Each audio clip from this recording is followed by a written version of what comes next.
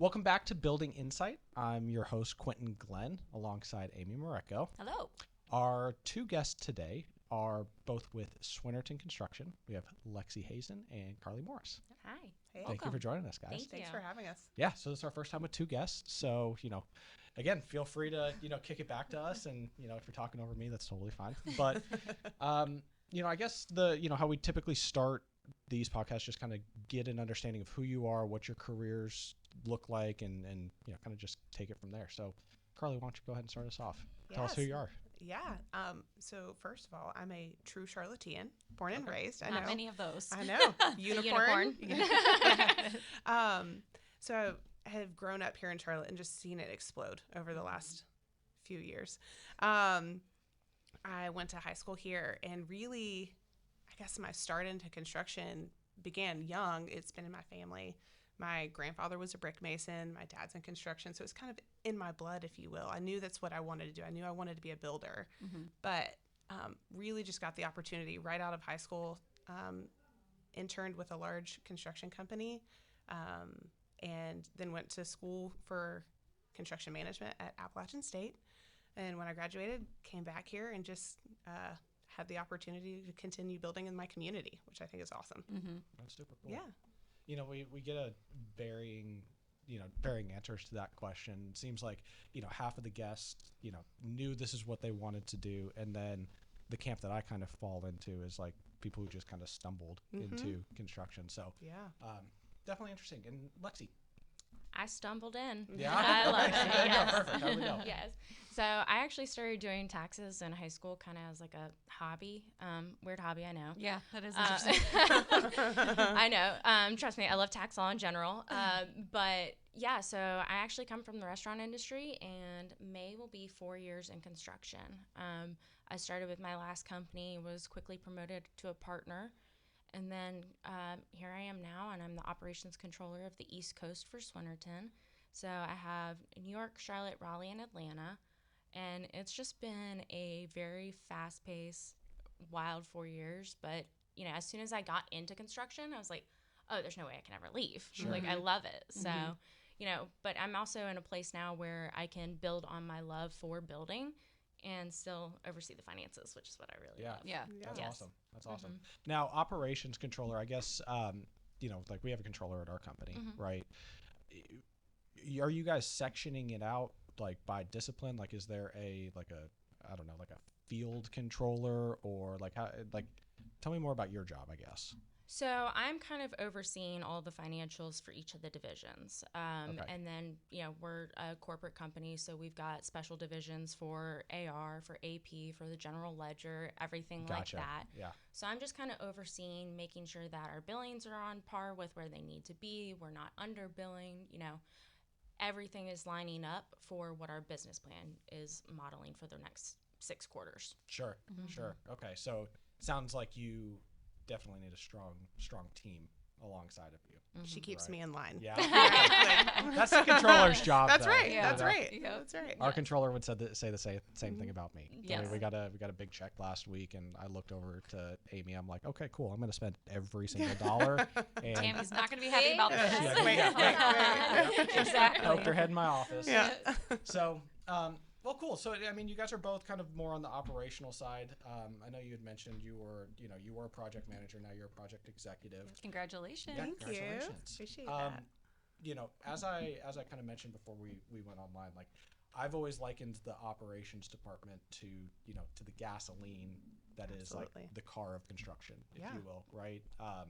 Obviously, the guys in the field get a lot of the credit because you can see like their tangible work, but at the same time, none of it happens without solid operations, right? So, now that you're kind of in this new role, Carly, how has your perspective changed, if at all, towards like the operations of construction company? Yeah. So I have always loved construction. I've loved building, like Lexi was talking about. But really, the heart of what we do, even as a project manager or superintendent, when you're on the project, is you're bringing people together to take an idea that's on paper and actually put it into place. And so you're constantly bringing people together on different walks of life and using their skill set to produce something awesome that you can tangibly say, I was a part of that. So coming from that side, I think in my new role as a project executive, I'm doing the same thing. I'm just encouraging and equipping teams to do what I've done my whole career. And so it's exciting. Yeah, that's an interesting way to look at it. Yeah. And I guess like same question to you, Lexi. Like, you know, obviously you're managing a large team of people, lots of moving parts. You know, what is your perspective on like how all those gears work together? We're kind of the wizard behind the curtain. Yeah. You know, we're kind of making everything happen and orchestrating all of that behind the scenes that you don't necessarily see when you have that finished product. We're not going and installing flooring or drywall. Well, we do drywall, but you know, we're not necessarily doing a lot of that actual in-person stuff. It's a lot of behind the scenes stuff and orchestrating and building those relationships with your trade partners and with your clients. And there's just so much to the role of a GC that's not, you know, it's not limited by anything. Right. You know, it's kind of endless, so to speak. Yeah. Well, so you touched on relationships. You know, obviously, like there's that fine line. Like the operations department in general, like they dictate a lot of like the timelines, right? It's like when can we pay for something? You know, when can the material get delivered there? I guess how do like those intercompany relationships work for you guys? Like, what do you guys do to foster those and make sure? Because you know, a lot of times the field team is at war with the operations team. So, what do you guys? Yeah. You know, how do you foster that? You know, it's really funny you mentioned that. When I first started in my career, I thought that's how construction had to be. Is that, you know, the field versus the office, the field versus the project manager, the architect versus the contractor, our, you know, subcontractors versus us. And I thought, if this is how construction is supposed to be, I don't want anything to do with it. Sure. As I stuck it out, and as I progressed in my career, I realized like it doesn't necessarily have to be that way. It means more to me when a trade partner says, oh, Carly's running that project. I absolutely want to be part of that. Because I know that we can't be successful without our trade partners. And that relationship with the architects and the engineers is crucial, right? Like we're taking their idea and putting it into place. So realizing like that relationship aspect of what we do, I think is more important than knowledge of how to build is, you know, procurement, scheduling, all of that stuff, even the financial stuff. Sorry, Lexi. The relationships is more critical than anything that we do. Yeah. And at the end of the day, everyone wants the same end goal, right? That's right. So why would you not want to just Right. have an open communication and work together, you know, instead of, you know, like you guys were saying, going at it. For me, it's personally like I've got to build these relationships with everybody because they don't want to just hear from me once a month where I'm like, hey, it's time to bill. This is completely off. You know, Right. money is a very sensitive subject for everybody. So if I have that good relationship with all the PMs and everybody that is orchestrating their teams, then when we have our monthly conversations for, you know, the reviews of the project or whatever it may be, it's not like, oh, here she comes, you know, ready to hit us in the kneecaps.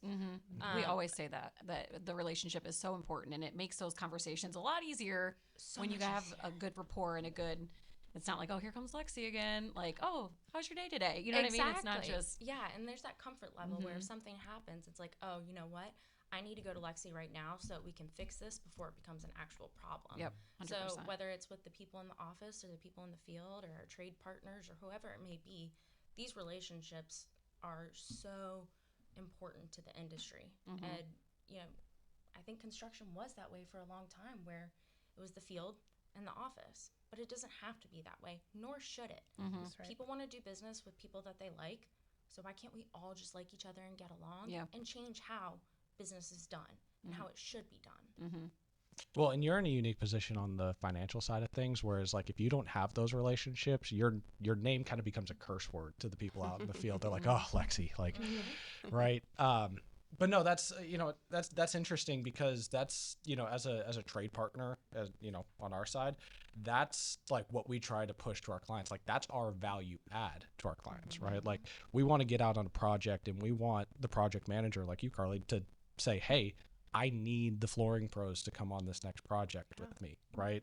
And without being able to like foster that relationship, it you know we just have to go back and, start all over. We have to go start formulating new relationship with GCs. We have to, hit the well on the business development side. Whereas if we can just, keep that going with you, like we'll have a client forever. Right. And we have, again, like, Lexi and your previous company, that's kind of what happened with us. Right. So that's an interesting take. I guess, tell me a little bit about, just switching gears a little bit, like some of the projects that you've worked on in the past, industries, anything worth highlighting, just so we can kind of get a gauge on that. Yeah. So my background is mainly in healthcare and education, K-12, higher ed, acute care, medical office buildings.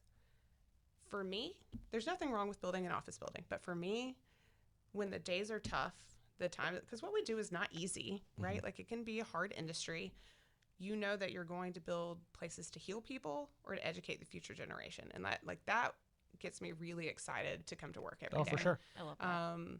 So that's mainly my background. I have built schools for Charlotte-Mecklenburg Schools. I have built for Atrium Health. Some of the other organizations in the area I've built for, but I think just ultimately finding what you're passionate about. And some people are really passionate about office buildings. Like that's really cool too. The high-end finishes, typically, no one gets really excited about heat welded sheet vinyl. But Sure. I mean, Or some VCT. right. Some VCT, they have to put 17 coats of wax down on. Yep. Yeah. But ultimately that end product is what gets me really excited. So my, in my previous life, going back to like just stumbling into construction, I owned a recruiting company that specialized in doctors and finding doctors jobs in like hard to serve areas. So when you say, finding a purpose, like that was my purpose. Like I didn't necessarily connect the dots as like I'm saving people's lives, because I definitely wasn't, right? But I was a catalyst to being able to make that happen, and that gave me a lot of purpose there. So, kind of just like nerding out from my previous life, like we don't do on our side like a lot of healthcare. I'm sure that there's a lot more like, rigid things that you need to adhere to out in the field. Yeah. What kind of things, I guess, you're talking about office buildings, talking about hospitals, like what are some of like the key differences in the projects that you're working? Yeah. Well, let me spin it back to you in a perspective. Sure. You're a patient in a hospital, in a room, you're not feeling well. Or a different perspective is your loved one is not feeling well. And you're constantly hearing like banging and clanging, and like your job right now as a patient is to be healing. And so you've got to be mindful about the noises that we're making.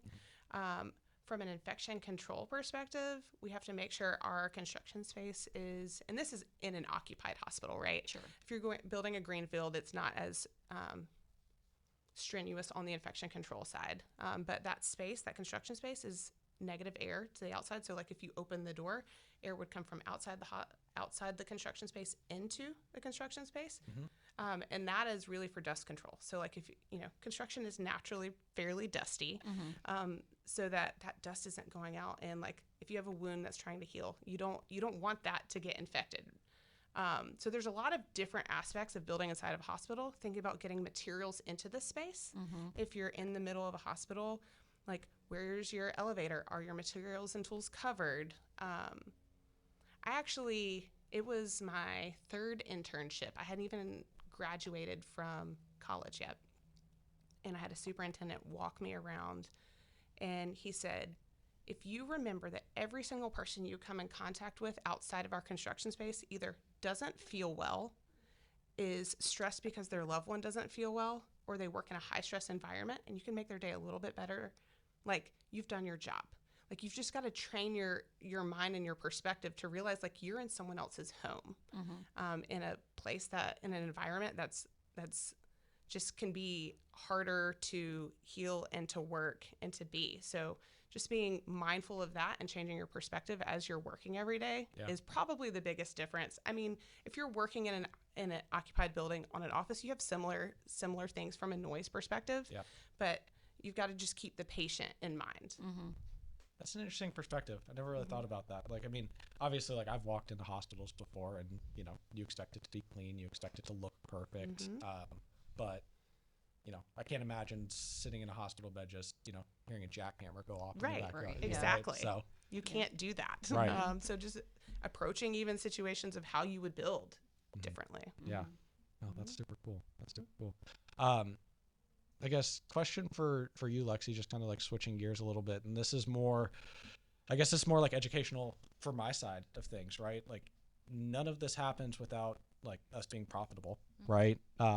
And, I guess when it comes to things like job costing and forecasting and, making sure that like you guys are working on a project that's ultimately worthwhile for the company, I guess to what degree are you, I don't even know how to ask this. Like, what are you doing on like a daily basis to ensure that like the projects go off without a hitch, that you're making your money, that you are collecting your money on time, so that again, like the gears can continue to work? Well, that's kind of going back to the relationship with everybody in the office and all the different divisions is, from the scheduler to pre-con and estimating and to the project managers, making sure that we're billing the appropriate amounts and, really tracking down if the clients haven't paid and they're, past due. Have you called them and asked them, hey, just want to make sure you receive this invoice, kind of going to bat for yourself. You did the work, let's get paid. But there's obviously an appropriate way to do so. But you can't be afraid to have those hard conversations with your trade partners, with your clients, with your coworkers, whoever it may be. But for me personally, I have such a strong team to kind of help with all of that. And as long as we keep that communication going, then everything else is easy. And then each of the divisions will have, we have these opportunities that come about, and, Carly and the other PXs will go through and say, is this a viable opportunity for us, or are we going to end up spending more money than it's worth? They evaluate all of that stuff before we even put forth all of that effort. So that way, when it comes to me, I'm like, we're good to go. We can bill this, and we can actually make money off of it. And, of course, if you have a client that is a regular client, you want to help them out, definitely do that. But, you have to pick and choose what's going to be best for the company and best for the business. Oh. We're in it for a long term, so. We've been around since 1886? 1888. 1888. That's crazy. Yeah, So, I know. Wow. So, there's a good recipe for the Kool-Aid. Yeah. And, we just got to make sure it's made right every single time. That's awesome. I think so. We did not have an office east of the Rockies until about 6 or 7 years ago. We're very much a West Coast company. Interesting. I didn't know that. So as we're trying to build a business, we're analyzing a bunch of opportunities. The different procurement methods are like play into that. Obviously, when we're looking at a job starting off, 9 times out of 10, we're not like, let's go after this one and not make any money. Sure. Right. So we try to set it up right, but then if we don't execute well on the financial side, or even like if we don't execute well on the actual project, you kind of mentioned it earlier, the best business development we can do is do a really good job. Right. Right. We want that repeat client. That's where we want to be. We don't want to be fighting for every opportunity and be the lowest cost. We can be, right? Especially if we're trying to break into a market, or like there's a project that we really want from a resume standpoint. Like, yeah, we may approach it a little bit differently, but ultimately we want to be that repeat client builder. We always say that the lowest number doesn't always mean it's the best. Like normally it doesn't, right? right? Exactly. Like, why are you that cheap? Right. Like, yeah. We always talk about that though. Like the relationships and the communication and us doing what we say we're going to do and in a timely fashion, That's on right. time, all of that, that's important. So And I would say even y'all may have it harder, because a lot of times if we're not doing our job, you're stacked. All of our finished trades are stacked on top of each other. So what I really try to do is work with our teams to make sure that the plan that we had at the beginning that showed everything finished, maybe not finished to start, but at least not on top of each other, happens for you. So that's where the success is for me and my teams, is really coaching them to have that work in a progress that makes sense, so you're not working all on top of each other. Yeah.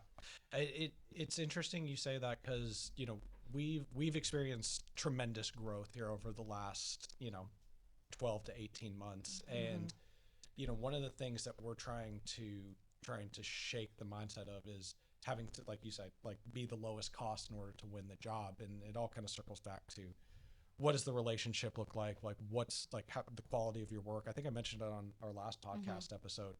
you know, I keep telling my field team, it's like, if we can show up on time and do it for the amount that we're contracted to do it and do a great job, we're going to win these guys' work forever. That's right. Right? Like, Absolutely. we just can't stumble across any of those pieces. Especially as a young company, right? Or newer to the area, you don't have that capacity to kind of mess up like you would if you were established for a long time. Right. You'll get your name blacklisted, and then all of a sudden, like, you're, all right. Yeah. No one wants to work with you then. Right. Yeah. Right. And it's a small little community we all work in, right? Like, people talk. Yes. Yep.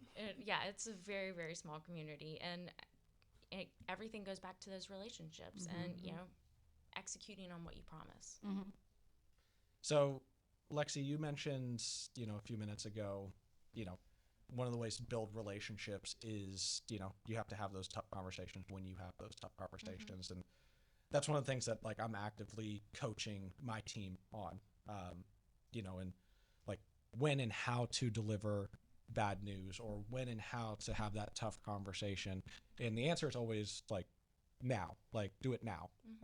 But I guess a question to both of you, like, how do you approach those types of conversations? Like, you can't just come across and say, hey, you're messing up, like, don't. But I guess, what's your philosophy on it? Like, how do you typically handle those types of conversations? Have the relationship before you ever have to have that conversation. Yeah. Really Interesting. focus on that relationship, so that when that time comes for you to have that conversation, it's a pick up to the phone and be like, hey, Amy, Quentin, so sorry we have to have this conversation, but this, and this isn't working out. What can we do to fix it? How can we rectify the situation? Work with them, not against them. Yeah. I always say bad news doesn't get better with time. So, Right. Yeah. and it really, I feel like your question is twofold. It's like, how are you coaching your team to have those hard conversations? And I think, like, especially, I have a fairly young team, but like coming alongside them, maybe coaching them before, and then letting them try it, right? Like, how did we Right. all learn? Someone didn't say, like, here's your script of how to have a hard conversation. Right. It's like, hey, here's some pointers. I think having a hard conversation with your team starts with having that relationship. So, like, if people know that you care about them and they know where you're coming from, they will receive that feedback. For sure. If you're constantly coming at them at things that they need to do better, or like they did wrong, like, people are going to shut down. They know when people are being genuine and when you care about the human, when you care about the person. For sure. Yeah. For sure.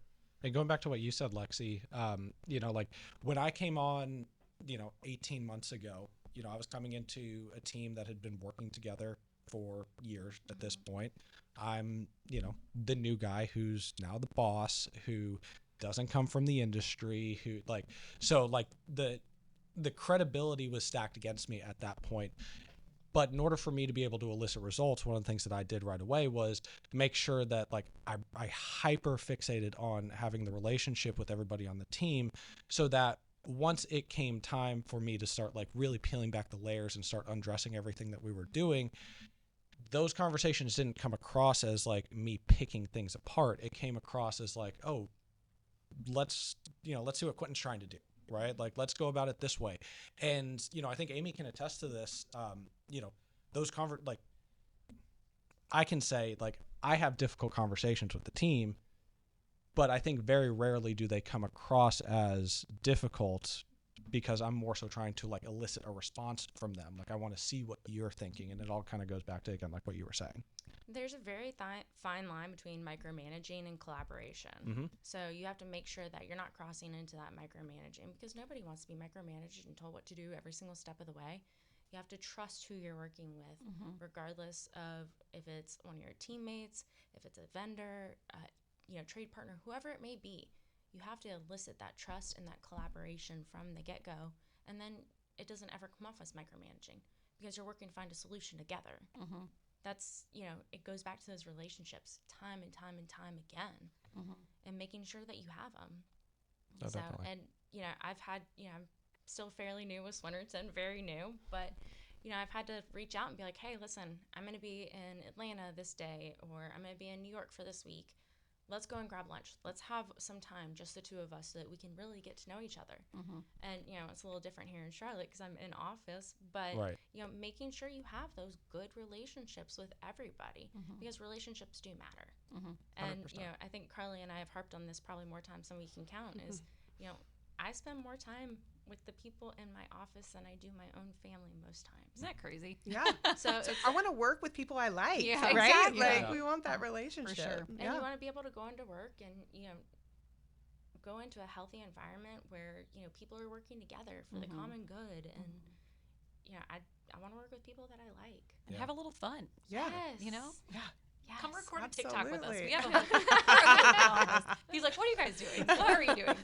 Oh, man. Sign me up for that next. Yeah. Yep, I'll get you in I there. don't even have TikTok, Oh, so yeah. but I'm in. Yeah.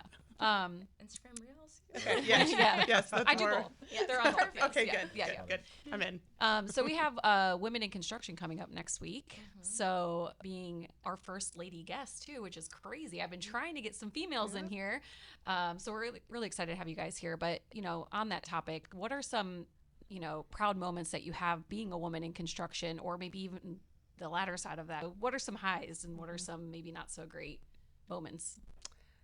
I thought I think this is a good thing. I thought it was going to be a lot harder than it has been. I think sometimes you walk in when you're starting a job or you're walking into a new group of people who don't know you. You may have to prove yourself a little bit more, even if it's unsaid. I think, Lexi, you were talking about it. Like when you start at a new company, or if you start on a new project, or you start with a new team, you don't have that bank built up, right? Like if you're somewhere for a long time, people know your work ethic. They know your work product. They know you as a person. Like all of that is like money in the bank, so that if something happens, it's like, oh, that's not the norm. When you start a new project or a new team, like you start at zero. And so you can go in there, you can go into and approach that situation like demanding respect, and that's not going to work. You have to approach things a little bit differently, but it's okay. I mentioned it earlier, there's nothing better than a trade partner saying, Carly's running that project, I want to be on it. And that comes with that relationship you've built. So honestly, like my experience overall, 99% of the time has been fantastic. That's great. We've had a lot of champions, male and female. I have had just a great experience so far. I'll have to think a little bit on maybe the not so great experiences, because they've been few and far between. That's good. Yeah. That's really nice. I don't think that you can ever say that there's a low for anything, because if it's a learning opportunity at that point, and if it is going to help me grow, then you can't view it as a low, because you're getting something out of it. Have I had lots of learning opportunities? Yes, I have, but I'm also still fairly new to the industry.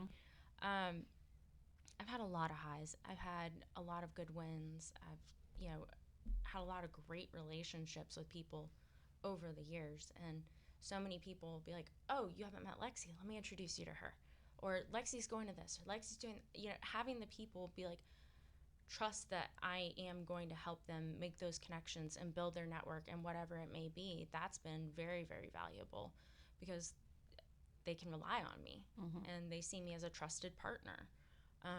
That's been really a big high for me. But I don't think I'd be in this industry if there were a ton of lows. Yeah. That's true. That's a good point. I'm fairly new too. I've been with the Flooring Pros now like 3.5 years.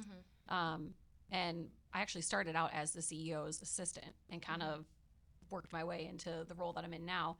I handle all of our direct sales, and there's been times where I'll show up and they're like, oh, who's doing the measure? And I'm like, me. I got this. Like, So I get it. But it's a fun industry. And to your point, I know you said it earlier, like once you're in it, I feel like you don't want to be anywhere else. Like I actually have retail and restaurant industry background too, and looking back at it now, like those were great years, but this is fun. Like it's such a cool, seeing my customers that are happy once we're done completing their project, and seeing our team, like, I'm not as in the day-to-day with the multifamily and the commercial stuff, but seeing our team like win these huge award like jobs, like it's so cool, like, and seeing it progress. I'm going to take pictures of the projects once it's finished, and it's really cool. Yeah, and I mean, I think that's one of the benefits of this industry is it's not monotonous. There's something new every single day, true. a new project, a new goal, a new opportunity. You learn something new every day too. Yes, yes. You constantly feel like you have growth in the industry, whether it's personal or business or as a company, there's always growth happening. It's a good feeling. Yeah. Love that. I think my experience, as I've been sitting here thinking about it, my experience has been what it has because of the women before me. Yeah. So my very first boss in construction was a female. And there were things that she had to go through and experience that I never have had to. And I think they're almost like the trailblazers, if you will, that like set the precedent. So it's not as weird when I walk into the construction office or lead a meeting. It's not as taboo, if you will. And we look good in our PPE, don't we? Give me a hard hat. Come on now. Neon is not my color. Nice shade of yellow. Yes. So funny. Well, one of the things I wanted to make sure I asked you both is, obviously, Lexi, you're, 5 weeks into a new job, so this may be a little premature for me to ask, but like, you guys are both relatively young in your career, and, you just got a promotion and you just joined a new company. I guess, like, what's the long-term game here? Like, what do you guys see yourself doing, 15, 20 years from now? In this industry, because there's obviously a lot of room for growth, and there's like unlimited potential in terms of what you could do. So if you had to see yourself in 15 years, where would you be? You want to go first, or you want me to? You go first. Okay. Exactly where I am now in a larger capacity and just growing the entire East Coast even more. I'd like to see everything grow significantly. I love watching the city of Charlotte grow. I am not originally from Charlotte, but I've been here for a long time, and 22 years now, almost 22 years. So it's home, and I think now I'm supposed to say that I'm from Charlotte. But, watching the cities transform and watching the economic growth for these different places, I want to be exactly where I am, just on a larger scale, and working with more people and having more locations across the East Coast. But yeah, right where I am, just bigger. That's a new person's answer. So. Yeah. I'm just kidding. No, I like that. I like that a lot, because I would say the same thing probably for me, right? Is I want to be doing what I'm doing, just 20 times more than what I'm doing right now. Yeah. You know what I mean? And the owner of our company, Jason, would be the first one to tell you that, like, what you do today gets realized 3, 6, 9, 12 months from now. So, you got to continuously be going after it, and, you're working for your future each and every moment. Right. So, what about you, Carly? So it's funny you asked me this. I was just having this conversation with a friend. I have 10 more years with my daughter before she's out of the house. Oh my gosh. I know, which is almost, we're almost halfway through, like, cause she's getting ready to turn 8. It's gone by so fast.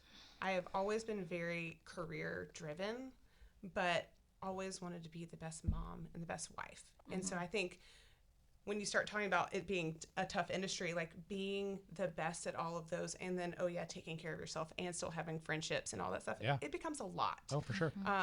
We just had that conversation the other day. Right. Yeah, it's a lot. Yeah. And I constantly say that work-life balance is not like finding that perfect piece of the pie chart and like for everything, but it's really more about seasons. So like something may ramp up at work, so you got to kind of focus on that, and maybe some things fall off, and then maybe things slow down a little bit at work and your priorities shift a little bit. So recognizing that as balance has been really helpful for me.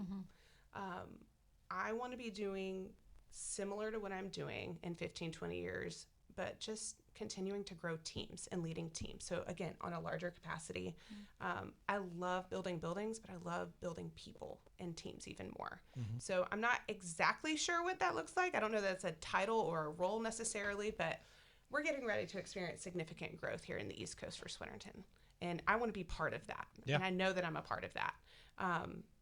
And it's funny, as I've visualized, the next year, 5 years, 10 years, by the time I get here, it never looks exactly the way that I thought it was going to.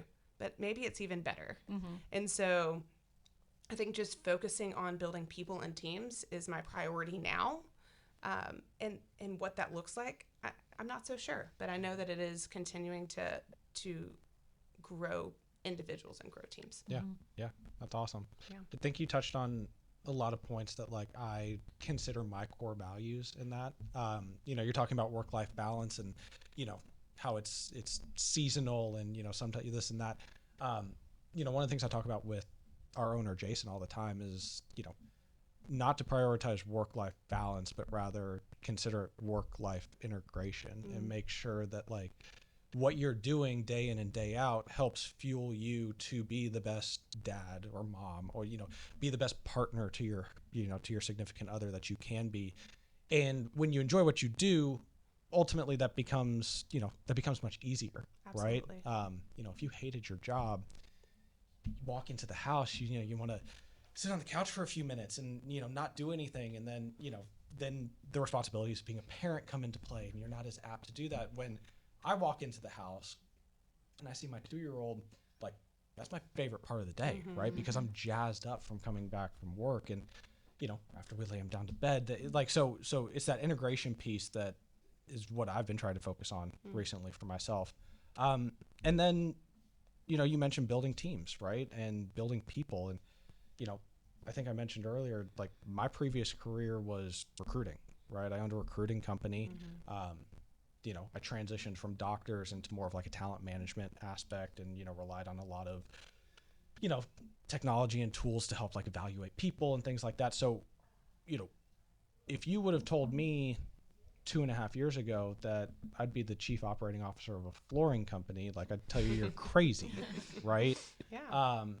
But to your point, like, I think as long as you are doing what you love and, you know, loving what you do, then the opportunity will present itself, and then you'll be able to take it when you know it's right? But as long as you're aligned with yourself and aligned with, you know, how you're feeling personally, I think that, you know, it'll all happen for a reason. Yeah. Right. Absolutely. So last question I have for you guys, and this is something that we ask, you know, everybody who joins us here, is if you were starting your career over again, like if you were just starting purely from scratch, like, what does the Lexi of today say to, you know, Lexi of 10 years ago, right? What does the Carly of today say, you know? So what advice would you give your younger self to, you know, either to get to the place that you're at right now, or, you know, potentially wipe away some of the pain that you felt growing your career? So I have a 14-year-old. I have 4 years left with him in the house. You're trying to make me cry today? I know, right? I spent so much of my time focusing on making sure that I was a good mom and working and all of that. If I could tell, you know, the Lexi of 15 years ago, 14 years ago, don't be afraid to say no and take that time with your kid. Don't be afraid, because the time, it happens so quickly. And, you know, next thing you know, they're taller than you, and, you know, getting ready to sign up for driver's ed and all these different things. And, you know, the saying, what, the years are short and the days are long, or whatever it is. It's so true. So don't be afraid to say no and choose your family. Yeah. That's awesome. Love that. That's awesome. I like that. So it's funny you say that. I was just going to say, one thing I have really been working on is your no can be more powerful than your yes. And I am a yes person, man, woman, through and through. I think there's a couple of reasons. One, I have FOMO because I want to be involved in all of the things. Same. Right? Like, it's just exciting. Like, I want to do it. But what I realized is continually saying yes, over-promising and under-delivering is not doing any good for anyone, including myself. And so realizing, like, saying no, or maybe just not saying yes, is way more powerful. So that then when the right opportunity or something else comes along, you can be like, you know what? Yes, because I have the capacity. And just maybe not being as much of a people pleaser, which I think goes back to the saying yes all the time. Because if someone's asking you something, they want you to say yes. I feel like you see me. Like, Yes. Yeah. Me too. And I think that's hard. And that's hard when you're trying to balance all the things. But, like, it's okay to say no. And just, I think the other thing is just knowing that everything's going to be okay. Right? Like, it'll all work out. Did you read my diary before we came here? Dear diary. That's right. That's amazing. Well, awesome. Well, again, I really appreciate you guys joining us here today. Again, this is Quentin Glenn for Amy Morocco, and thanks for joining Building Insight. Thank you for having us. Thanks, guys. Yeah, thanks. Appreciate Great it. job. Awesome.